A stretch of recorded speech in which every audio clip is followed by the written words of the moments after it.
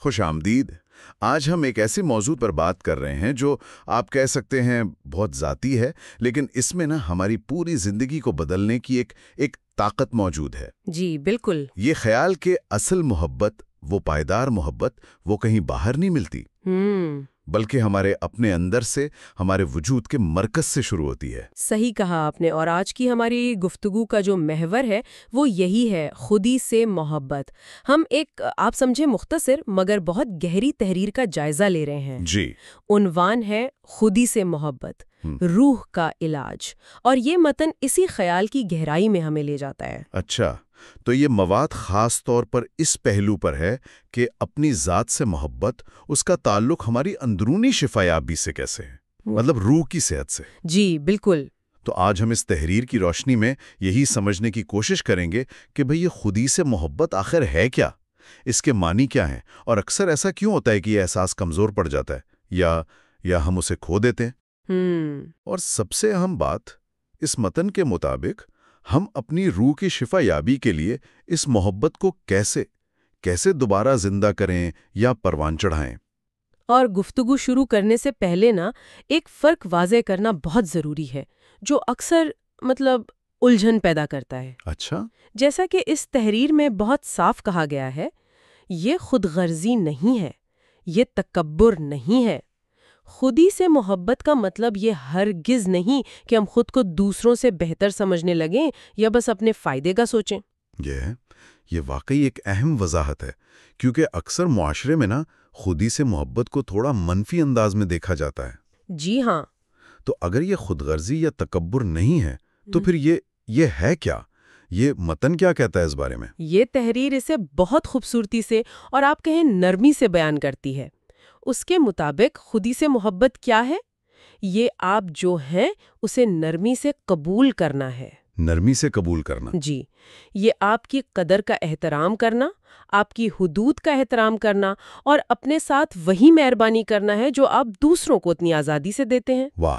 تو یہ ایک اندرونی رویہ ہے، اپنی ذات کے ساتھ ایک گہرا، ایک ہمدردانہ تعلق قائم کرنا، یہ سمجھنا کہ آپ کی ذات اپنی تمام آپ کہہ لیں خوبیوں اور خامیوں سمیت قابل قدر ہے۔ اور اس میں طاقتور بات بھی شامل ہے یہ یقین دہانی، میں کافی ہوں، میں محبت، عزت اور امن کا مستحق ہوں۔ بالکل۔ یہ الفاظ سننے میں تو سادہ لگتے ہیں، لیکن ان کو واقعی دل سے ماننا اور اپنی ذات کا حصہ بنانا، یہ تو ایک بڑا قدم ہو سکتا ہے۔ یقیناً، یہ تو خود شناسی اور آپ کہیں خود قبولیت کی بنیاد ہے، وہ پہلا نقطہ جہاں سے شفا یابی کا عمل شروع ہوتا ہے۔ جب ہم اپنی قدر کو پہچانتے ہیں جی، تبھی ہم دوسروں سے بھی صحت مند رشتے قائم کر پاتے ہیں۔ یہ اپنی ذات کے لیے ایک مضبوط بنیاد بن جاتی ہے۔ تو آئیے اس تعریف پر تھوڑا اور رکیں۔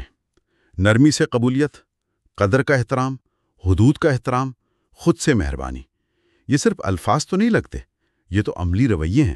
جی ہاں، بالکل۔ نرمی سے قبولیت، اس کا مطلب شاید یہ ہوا کہ ہم اپنی ان خوبیوں کو بھی مانیں جن پر ہمیں فخر ہے، اور ان کمزوریوں یا خامیوں کو بھی جنہیں ہم اکثر چھپاتے ہیں یا جن پر شرم آتی ہیں۔ بالکل، اور یہ قبولیت غیر مشروط ہونی چاہیے۔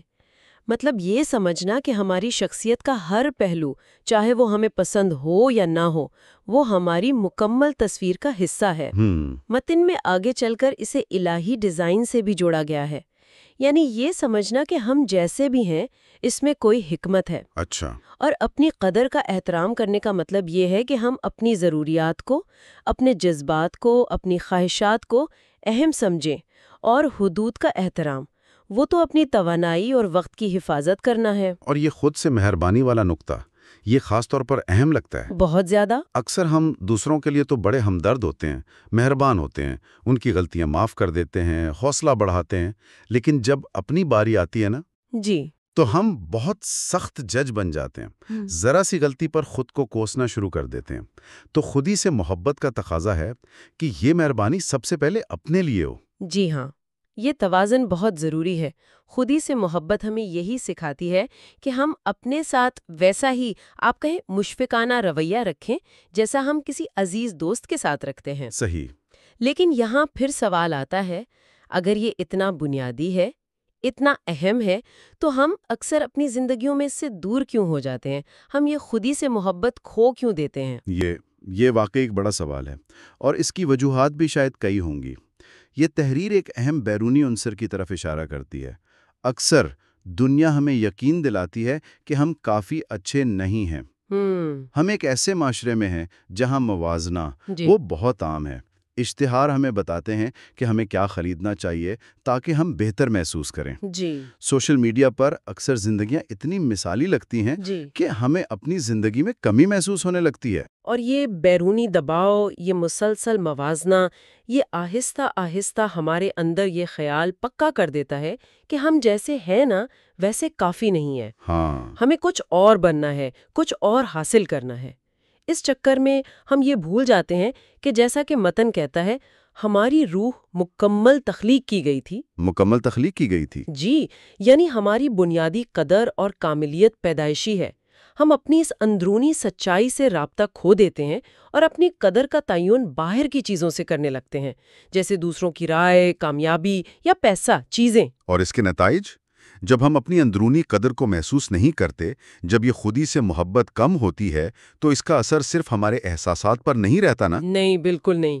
تحریر صاف کہتی ہے، اس خودی سے محبت کی کمی خالی پن، بے چینی اور حتیٰ کہ ٹوٹے ہوئے رشتوں کا باعث بنتی ہے۔ جی وہ اندرونی خالی پن جسے ہم باہر کی چیزوں سے بھرنے کی کوشش کرتے ہیں، وہ کبھی بھرتا ہی نہیں، کبھی نہیں۔ اور یہ بے چینی پیدا کرتا ہے۔ اور چونکہ ہم خود اپنی قدر نہیں کر رہے ہوتے، تو ہمارے لیے دوسروں کے ساتھ اچھے متوازن رشتے بنانا بھی مشکل ہو جاتا ہے۔ بالکل، جب ہم خود کو محبت اور عزت کے لائق نہیں سمجھتے نا، تو ہم لاشعوری طور پر ایسے حالات یا ایسے رشتوں کی طرف کھنچتے ہیں جو اسی احساس کو اور پکا کریں۔ اور یہ ایک بہت تکلیف دہ چکر بن سکتا ہے۔ خودی سے محبت کی کمی ہماری جذباتی اور روحانی صحت کو بہت گہرا نقصان پہنچا سکتی ہے۔ تو یہ سمجھنا بہت ضروری ہے کہ خودی سے محبت کا نہ ہونا صرف ایک ذاتی مسئلہ نہیں، بلکہ اس کے اثرات ہماری پوری زندگی پر، ہماری خوشی پر، ہمارے رشتوں پر پڑتے ہیں۔ جی ہاں۔ تو اب آتے ہیں اس گفتگو کے سب سے اہم حصے کی طرف۔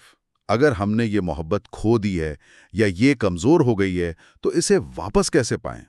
اپنی روح کا علاج خودی سے محبت کے ذریعے کیسے کریں؟ یہ تحریر ہمیں کچھ بہت عملی، گہرے قدم بتاتی ہے۔ پہلا قدم، خود کو قبول کریں۔ جی، قبولیت، پہلا اور شاید سب سے بنیادی قدم۔ تحریر کہتی ہے، آپ جو ہیں اس سے لڑنا بند کریں۔ لڑنا بند کریں۔ ہاں، اپنی خامیوں اور خوبیوں دونوں کو قبول کریں۔ یہ آپ کے الہی ڈیزائن کا حصہ ہیں۔ اس کا مطلب ہے اپنے آپ سے جنگ ختم کرنا۔ یہ مان لینا کہ آپ ایک انسان ہیں، اور انسان ہونا پرفیکٹ ہونا نہیں ہے، بلکہ خوبیوں اور خامیوں کا ایک مجموعہ ہونا ہے۔ یہ سمجھنا کہ آپ کی شخصیت کا ہر رنگ، چاہے وہ روشن ہو یا ہلکا، آپ کی انفرادیت کا حصہ ہے اور اس کی اپنی جگہ ہے۔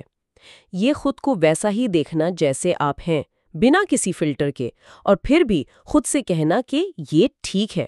یہ آسان نہیں لگتا، خاص طور پر جب دنیا ہمیں ہر وقت پرفیکٹ بننے کو کہتی ہے۔ نہیں، آسان تو نہیں ہے۔ لیکن یہ قبولیت شفا یابی کی بنیاد ہے۔ قبولیت کے بعد دوسرا قدم جو متن میں ہے وہ ہے خود کو معاف کریں۔ یہ بھی ایک بڑا چیلنج ہو سکتا ہے۔ یقیناً، ماضی کی غلطیاں، پچھتاوے، وہ فیصلے جن پر افسوس ہیں، یہ سب ایک بھاری بوجھ بن کر ہمارے آج پر سایہ ڈال سکتے ہیں۔ جی، متن کہتا ہے، ماضی کی غلطیوں کا بوجھ اتار دیں۔ شفا یابی تب شروع ہوتی ہے جب آپ جانے دیتے ہیں۔ خود کو معاف کرنے کا مطلب یہ نہیں کہ ہم ماضی بدل رہے ہیں یا اپنی غلطیوں کو صحیح کہہ رہے ہیں۔ اچھا۔ اس کا مطلب ہے کہ ہم ان غلطیوں سے سیکھنے کے بعد ان کے جذباتی بوجھ سے خود کو آزاد کر رہے ہیں۔ یہ ماننا کہ ہم نے اس وقت جو کیا اپنی سمجھ اور صلاحیت کے مطابق بہترین کیا، اور اب ہم آگے بڑھنے کے لیے تیار ہیں۔ یہ بوجھ اٹھائے رکھنا ہمیں حال میں جینے نہیں دیتا۔ یہ جانے دینا، یعنی لیٹ گو کرنا، یہ ایک ایکٹیو کام ہے۔ یہ صرف سوچنا نہیں، بلکہ اس بوجھ کو شعوری طور پر اتارنا ہے۔ بالکل۔ قبولیت اور معافی کے بعد تیسرا قدم ہے حدود مقرر کریں۔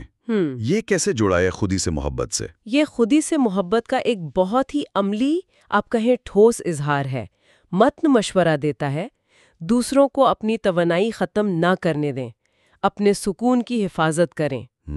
حدود مقرر کرنے کا مطلب ہے اپنی ذاتی توانائی، اپنا وقت اور اپنی جذباتی صحت کی قدر کرنا اور ان کی حفاظت کرنا، یہ جاننا کہ کب ہاں کہنا ہے اور کب نرمی سے نہیں کہنا ضروری ہے۔ جی، یہ سمجھنا کہ آپ کی ضرورتیں بھی اہم ہیں اور آپ کو ہر وقت دوسروں کو خوش رکھنے یا ان کی امیدوں پر پورا اترنے کی ضرورت نہیں ہے۔ صحت مند حدود آپ کو تھکاوٹ اور رنجش سے بچاتی ہیں اور یہ دوسروں کو بھی سکھاتی ہیں کہ وہ آپ کے ساتھ کیسا سلوک کریں۔ یہ اپنی ذات کے احترام کا ایک عملی مظاہرہ ہے۔ یہ واقعی اپنی توانائی کی حفاظت ہے۔ چوتھا قدم ہماری اندرونی دنیا کے بارے میں ہے، اپنے آپ سے مہربانی سے بات کریں۔ وہ ہماری اندرونی آواز جو ہر وقت ہمارے ساتھ ہوتی ہے، اور وہ آواز ہماری حقیقت پر بہت گہرا اثر ڈالتی ہے۔ تحریر ہمیں یاد دلاتی ہے آپ کے الفاظ آپ کی حقیقت تخلیق کرتے ہیں۔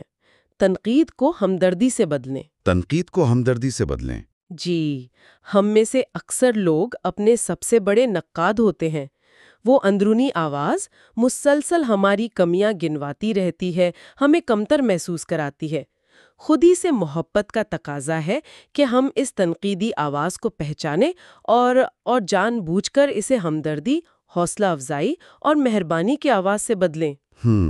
یہ بالکل ویسے ہی جیسے ہم کسی پیارے دوست سے بات کریں گے جب وہ مشکل میں ہو یا خود کو کمتر سمجھ رہا ہو۔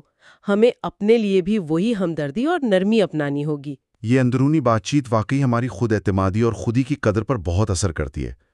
تو یہ چاروں قدم، قبولیت، معافی، حدود اور مہربان خود کلامی، یہ بہت ٹھوس اور نفسیاتی سطح پر کام کرتے ہیں۔ جی بالکل۔ لیکن یہ تحریر ایک پانچواں اور شاید سب سے گہرا قدم بھی بتاتی ہے، روحانی طور پر جڑیں۔ اس کا کیا مطلب ہے؟ جی ہاں، یہ قدم خودی سے محبت کو ایک بڑے دائرے میں رکھتا ہے۔ متن مشورہ دیتا ہے مراقبہ کریں، دعا کریں یا خاموشی میں وقت گزاریں۔ اچھا۔ اور اس کی وجہ بھی بتاتا ہے، روح کا علاج خالق سے تعلق کا تقاضا کرتا ہے۔ اس کا مطلب ہے کہ خودی سے محبت صرف ذہنی یا جذباتی کام نہیں، بلکہ اس کی جڑیں گہری روحانی سطح پر بھی ہیں۔ اپنے آپ سے حقیقی معنوں میں جڑنے کے لیے اکثر ہمیں اپنے سے بڑی کسی حقیقت سے، کائنات سے یا خالق سے جڑنے کی ضرورت محسوس ہوتی ہے۔ یہ روحانی تعلق ہمیں اپنی ذات کی قدر اور مقصد کا وہ احساس دلا سکتا ہے جو باہر کے حالات، کامیابیوں یا ناکامیوں پر منحصر نہیں ہوتا۔ یہ ہمیں ایک اندرونی استحکام اور سکون دیتا ہے جو صرف دنیاوی چیزوں سے نہیں مل سکتا۔ تو یہ پانچوں قدم مل کر ایک پورا نقشہ بناتے ہیں۔ خود کو قبول کرنا جیسے ہم ہیں، ماضی کے بوجھ سے آزاد ہونا، اپنی توانائی کی حفاظت کرنا، اپنی اندرونی آواز کو مہربان بنانا اور اپنی ذات کی گہرائی میں اتر کر روحانی طور پر جڑنا۔ یہ سب مل کر خودی سے محبت کے ذریعے روح کے علاج کا راستہ بناتے ہیں۔ بالکل، اور یہ سمجھنا بہت ضروری ہے، جیسا آپ نے پہلے بھی اشارہ کیا، کہ یہ کوئی منزل نہیں ہے جسے ایک بار پا لیا تو بس کام ختم۔ ہاں، یہ بہت اہم نقطہ ہے۔ یہ ایک مسلسل سفر ہے۔ آپ نے بالکل صحیح کہا۔ جیسا کہ اس تحریر کے آخر میں بھی کہا گیا ہے، یاد رکھیں خودی سے محبت کوئی منزل نہیں ہے، یہ ایک روزانہ کی مشق ہے، اپنے آپ میں واپس آنے کا سفر ہے۔ جی، یہ ایک شعوری انتخاب ہے جو ہمیں ہر روز کرنا پڑتا ہے، چھوٹے چھوٹے لمحوں میں، جب ہم خود پر تنقید کرنے کے بجائے ہمدردی کا انتخاب کرتے ہیں، جب ہم اپنی ضرورت کے لیے نہیں کہتے ہیں، جب ہم اپنی کامیابیوں کو مانتے ہیں چاہے وہ کتنی ہی چھوٹی کیوں نہ ہو۔ اور جب ہم اس سفر پر چلتے ہیں نا، تو اس کے اچھے اثرات ہماری زندگی میں نظر آنے شروع ہو جاتے ہیں۔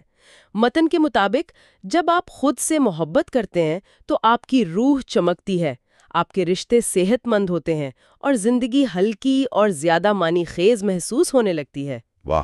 یہ صرف اندرونی احساس کی تبدیلی نہیں ہے، بلکہ یہ آپ کے رویے میں، آپ کے فیصلوں میں، آپ کے تعلقات میں بھی جھلکتی ہے۔ اب زیادہ پر اعتماد، زیادہ پرسکون اور زیادہ آپ کہیں مستحکم محسوس کرتے ہیں۔